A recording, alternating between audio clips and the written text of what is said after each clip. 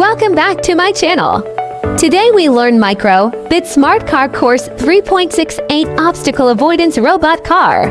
By the way, this kit comes from Keyestudio's KS4036F. We open the product wiki to find the tutorial instructions.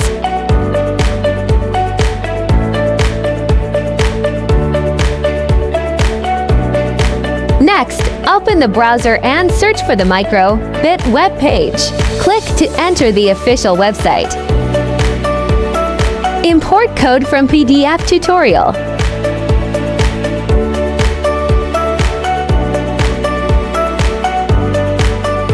Connect the development board via USB.